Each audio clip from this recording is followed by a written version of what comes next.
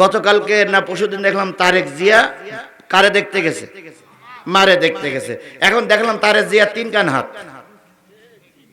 3 কান হাত। মানুষের হাত হয় কখন? ওখানে দেখলাম মাছ দেখার জন্য ওই খাটের পাশে বসে আছে, দাঁড়াই আছে, তা 2 কান হাত এইভাবে বাঁধা, আরেক কান হাত দেখলাম ওনার স্ত্রীর ঘাড়ের পরে রাখা। তা আমি চিন্তা করলাম 3 কান হাত হইল কি করে? এখন এবার আপনারা বুঝবেন যে আসলে হাত কখান। তো 2 কান তো ওই স্ত্রীর ঘাড়ে, ওখান কোন জায়গাতে আসলো আল্লাহই ভালো জানেন। আপনারা দেখবেন ওই ছবিটি, আজকে বাড়ি যেই দেখবেন 2 কান হাত বাঁধা, মার পাশে দাঁড়িয়ে 2 কান হাত বাঁধা। আবার দেখলাম স্ত্রী জোবাইদার ঘাড়ে আরেক কান। আমি দেখলাম, তো সঠিক দেখিস কি বেঠিক দেখিস আল্লাহই ভালো জানে। আমি ওই দিকে যাচ্ছি না। তবে এই মুহূর্তে খালেদা জিয়া বেঁচে থাকা আমাদের জন্য জরুরি, কারণ খালেদা জিয়া ছিল আপসহীন নেত্রী। কথা বলেন ঠিক না ঠিক? খালেদা জিয়া ছিল হলো বগুড়ার কি ভাবি না? বগুড়ার ভাবি না, তা বগুড়ার বৌমা। তাহলে আমাদের বগুড়ার বৌমা বেঁচে থাক, এটা আমরা চাই। আপনাদের বগুড়া গাবতলী। আমি আর ওই দিকে যাচ্ছি না, শুধু এতটুকু বলছি, রসুল মারা গেছে কি বেশি আছে সাহাবীরা বলতে পারলেন না। মহিলা আবার ছুটেছে, কিছু দূর যাওয়ার পরে আর এক দল চলে আসতেছে। তারা জিজ্ঞেস করলেন কোথায় যাও? কই নবীর খবর নিতে যাচ্ছি। ওই লোকগুলো বললেন, ও আল্লাহর বান্দি ফিরে যাও, তোমার ছেলে আর তোমার স্বামী একই জায়গায় লাশ হয়ে পড়ে আছে। মহিলা বললেন, আল্লাহর বান্দারা, স্বামীর খবর পরে দাও, সন্তানের খবর পরে দাও, বলো তো নবী কেমন আছে? কয় বলতে পারি না। এবার মহিলা ছুটে চললেন, রাসূলের অনেকটা লোক ঘিরে রেখেছে, সেখানে যেয়ে রাসূলের সামনে দাঁড়াই বললেন, ইয়া রাসূলুল্লাহ আসসালামু আলাইকুম। নবী মহিলার দিকে তাকায়ে বলতেছে, বোন, গোস্তাকি মাফ করো, বিয়াদবি মাফ করো, আমার পর অসন্তুষ্ট হইও না। হাজারো চেষ্টা করে তোমার কলিজার মানিক একমাত্র সন্তানকে আমরা বাঁচাইতে পারিনি, তোমার স্বামীও মারা গেছে। ওই মহিলা বলতেছি, ইয়া রাসূলুল্লাহ, আমি একবারও তো স্বামীর কথা জিজ্ঞেস করিনি, একবারও তো ছেলের কথা জিজ্ঞেস করিনি। আমি জিজ্ঞেস করেছি আপনি কেমন আছেন। আলহামদুলিল্লাহ বলবেন না? আল্লাহ নেই বলেন আলহামদুলিল্লাহ ভালো আছি। এবার রাসূলের চোখ দিয়ে টপ টপ টপ টপ করে পানি পড়তেছে।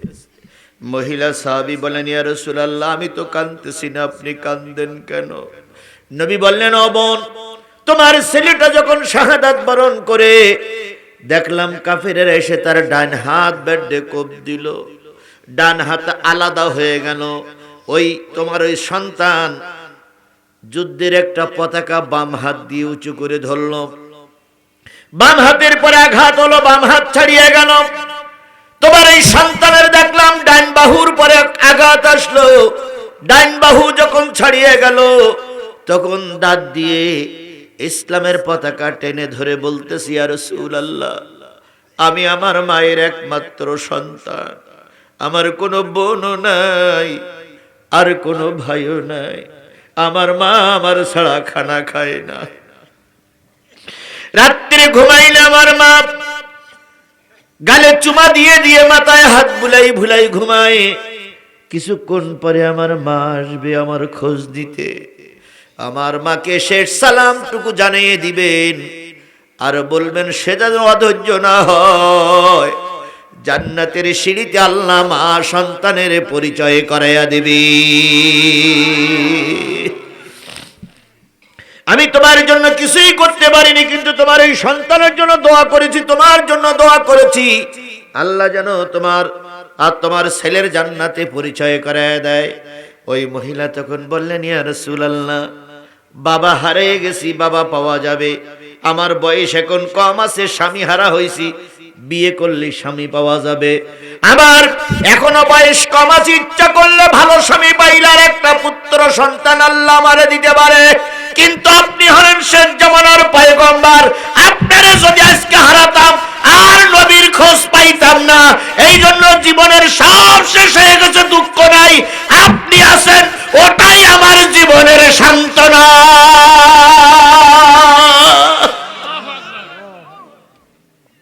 রসুলকে পেয়ে জীবনের সব ব্যথা ভুলে গেলেন। আমরা তো সেই নবীর উম্মত। এ কথা বলেন, আমরা কি সেই নবীর উম্মত? আরো জোরে বলেন, আপনারা কি সেই নবীর উম্মত? সেই নবীর উপরে নাজিল হলো যে কিতাব, তার নাম কি? সেই কোরআনের তাফসীর আপনারা দিয়েছেন।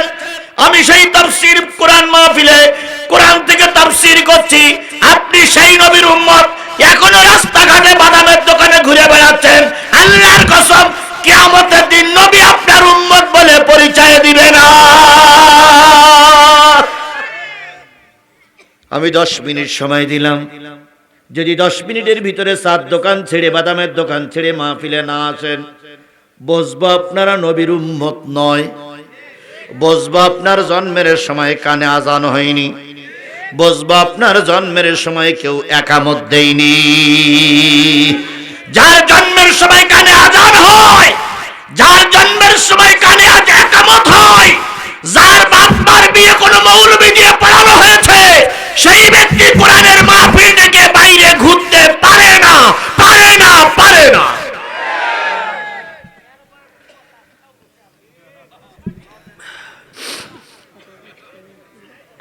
তাহলে আমরা নবীর উম্মত পরিচয় দিয়ে কিয়ামতের দিন দাঁড়াতে চাই। তাই নবীর নাম শোনার সঙ্গে সঙ্গে কি পড়তে হয়? দুরূদ পড়তে হয়। এই জন্য সবাই মিলে বলছি সাল্লাল্লাহু আলাইহি ওয়াসাল্লাম। ভাই যারা দাঁড়ানো আছেন, আমি আপনাদের বসতি বলবো না, তবে যেন চলিয়ে যাইয়েন না। ওই দেখেন একটা লাল সাদা জামাওয়ালা চলে যাচ্ছে।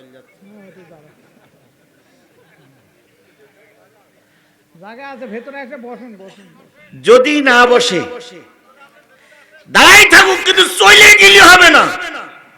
চলে গেলে আমি অশোনাবো কার? এই কথা বলেন। এই জন্য আমি বসতি বললাম না, তবে চলে যাইয়েন না। আর যদি মনে করেন যে বসবেন, এই পাশে এখনো জায়গা আছে, ইচ্ছা করলে ডান পাশে আপনারা এসে বসতে পারেন। যদি বসতে না পারেন তাহলে দাঁড়াই থাকুন, তবু যেন চলে যাবেন না। আল্লাহ আমাদের কবুল করুক। আরো জোরে বলেন আমিন, আরো জোরে আমিন, আরো জোরে। তাহলে আমরা রসুলের সেই নাজিলকৃত কোরআনের আলোচনা শুনতে চাই। কারা কারা শুনতে চান একটু হাত তুলে দেখান তো মালিকের।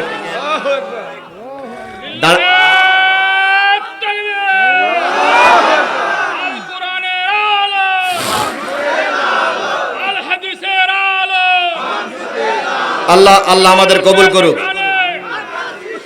ভাই এই দালানো লোকগুলো খুব চালাক। আমরা সবাই হাত তুলেছি, ওনারা হাত তুলেনি। ওনারা মনে হয় কোরআন শরীফ শুনবে না। ভাই আপনারা কি কোরআন শরীফ শোনার পক্ষে না চলে যাওয়ার পক্ষে? ওই দালানো লোকগুলোর বলতেছে, আপনাদের না। আল্লাহ আপনাদের পরে রহম করুক। ভাইরে, আপনি যদি এখন চলে যান, এখান থেকে বাড়ি পর্যন্ত যাওয়ার সুযোগ আসতেও পারে, নাও আসতে পারে। পথের মধ্যে আজরাইল ধরতে পারে না, পারে না? এই জোরে বলেন, পারে কি পারে না? সুতরাং সকলের কাছে দাবি করছে, এই মাহফিল আমাদের জীবনের শেষ মাহফিল হতে পারে। এই জন্য আজকের এই মাহফিলের আখিরি মোনাজাত না করে আমরা কেউ যাব না। এই রসুলের মত এবং রসুলের পথের পরে বসেছে, এই জন্য শেষ পর্যন্ত থাকবো। আবারও বলছি সাল্লাল্লাহু, রসুল আমার ভালোবাসা, রসুল আমার আলো আশা, রসুল আমার প্রেম বিরহের মূল আলোচনা, রসুল আমার কাজে কর্মের অনুপ্রেরণা, রসুল আমার ভালোবাসা। নেতার মতন নেতা আমি পাই না যখন খুঁজে, কান্দি এবং কান্দি শুধু এই দুটি চোখ বুজে, তখন তোমার বদর উহুদ যোগায় মন্ত্রণা,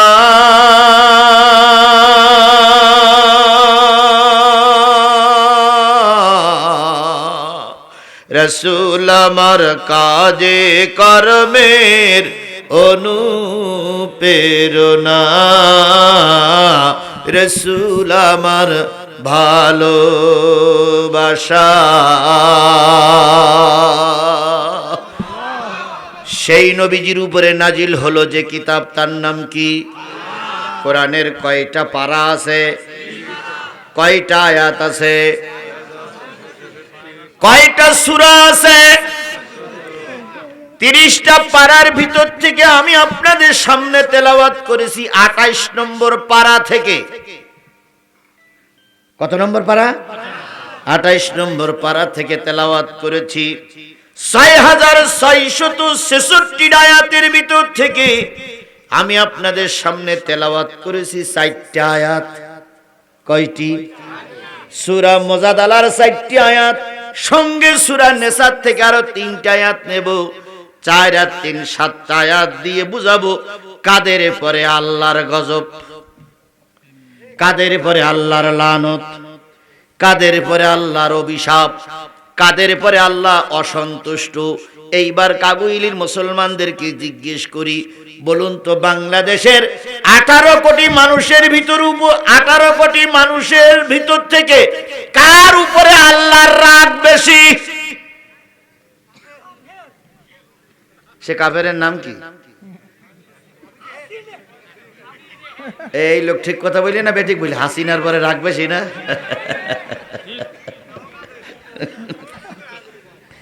আচ্ছা, আপনারা তো বলতে আবু জেহেল। আবু জেহেল তো 18 কোটি মানুষের ভিতরে না।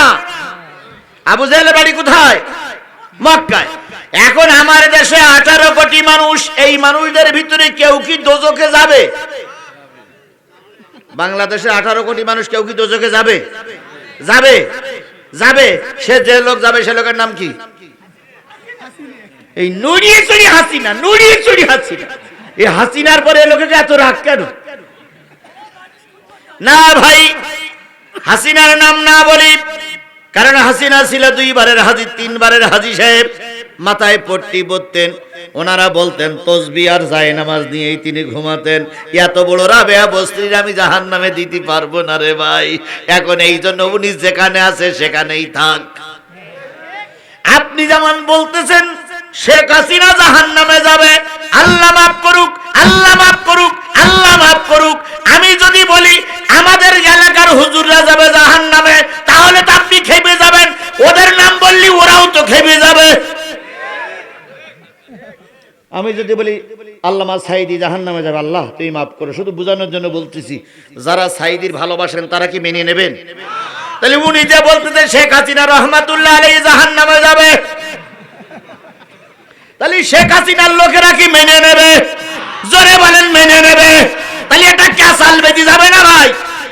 আমরা ক্যাসাল বাঁধানের তালে নাই। যদি বলি জামাতের লোক যারা জামাত ইসলাম করে সব দোজখে যাবে, আমি এখানে দেখতেছি ইসলামী সমাজ কল্যাণের দ্বারা ইসলামী আজকে জালসা। যদি আমি বলি জামাতের লোক জাহান্নামে যাবে, আমার গেট পার হওয়া যাবে বলে মনে হয় না। ঠিক না বলে? এই যদি বলি বিএনপির লোক জাহান্নামে যাবে, ও আল্লাহ জিয়ার বাড়ি বগুড়ায়, ওরা হয়তো এখানে কিছু বলবে না, কিন্তু রাস্তায় লাঠি নেবে দাঁড়াই থাকবে, ধর হুজুর, ধর হুজুর। সুতরাং বিএনপিরও জাহান্নামে দেওয়া যাবে না, জামাতকেও জাহান্নামে দেওয়া যাবে না, চরমনাইকেও জাহান্নামে দেওয়া যাবে না। তবে আমাদের দেশের কিছু না কিছু লোক তো জাহান্নামে যাবে। এই যাবে না, কিছু লোক জাহান্নামে যাবে না। 18 কোটি সবাই কি জান্নাতে যাবে? তাহলে এখন এই 18 কোটি মানুষের ভিতর থেকে কারা জাহান্নামে যাবে নাম বলা যাচ্ছে না, কারণ ক্যাসাল বেঁধে যেতে পারে। এবার আল্লাহর কাছে বলবো, আল্লাহ তুমি নামগুলো বলে দাও। আল্লাহ যদি বলে দেয় আর 10টা যদি জামাতের দিকে চলে যায়, আমি জামাত ইসলামকে মাফ করতে পারবো না। প্রশ্নটা কার কাছে করব? আল্লাহ যদি উত্তর দেয়, উত্তরটা দেওয়ার পরে যদি সব বিএনপির লোক ধরা পড়ে, ওরা যদি আমার 2 পা কেটেও নেয়, আমার আলোচনা বন্ধ হবে না। আমি আল্লাহর কাছে এখন প্রশ্ন করব, প্রশ্ন করার পরে আল্লাহ যদি উত্তর দেয়, সেই উত্তরে যদি শেখ হাসিনার দল ধরা পড়ে, যতই পাক পাকুম করো মুক্তি পাবা না। তাহলে প্রশ্নটা কার কাছে করি? আল্লাহর কাছে করলে ঝামেলা শেষ হয়ে যাবে না ভাই? তাহলে আল্লাহর কাছে করবো, আল্লাহ উত্তর দেবে। উত্তরে যদি আপনি ধরা পড়েন, মন খারাপ করলে হবে না, তওবা করার সময় আছে। উত্তর দেওয়ার পরে যদি প্রমাণিত হয় যে কয়টা কথা হুজুর বলেন ওই কয়টা কথাই হুজুরই দোষী, তাহলে আমারও তওবা করার সময়। তাহলে আমি কারা কারা দোজখে যাবে এই কয়টা লোকের নাম বলবো। আপনারা কি শুনতে চান? শুনতে চান? 7টা লোকের নাম বলবো। 7 শ্রেণীর মানুষ যাবে কোথায়? আল্লাহর জাহান্নাম কয়টা? আল্লাহর অভিশাপ কয়জন লোকের উপরে? 7 জন লোকের উপরে। সেই 7টা লোকের নাম বলবো। আমার সেই 7টা লোকের নাম বলতে এখন বাজে হলো 10টায় 45। আমার সেই 7টা লোকের নাম বলতে আরো 50 মিনিট নাই 1 ঘন্টা সময় লাগবে। এতটুক সময় কি আপনারা দেবেন? কারা কারা দেবেন একটু হাত তোলেন তো, যে হুজুর এই 7টা লোকের নাম না শুনে বাড়ি যাব না। এই 7টা লোকের নাম না শুনে বাড়ি যাব না। কারা কারা রাজি আছেন হাত তুলে দেখান তো একটু। দেখেন দাঁড়াইনি লোক এখনো হাত তুলি নেই। দাঁড়াইনি লোকগুলো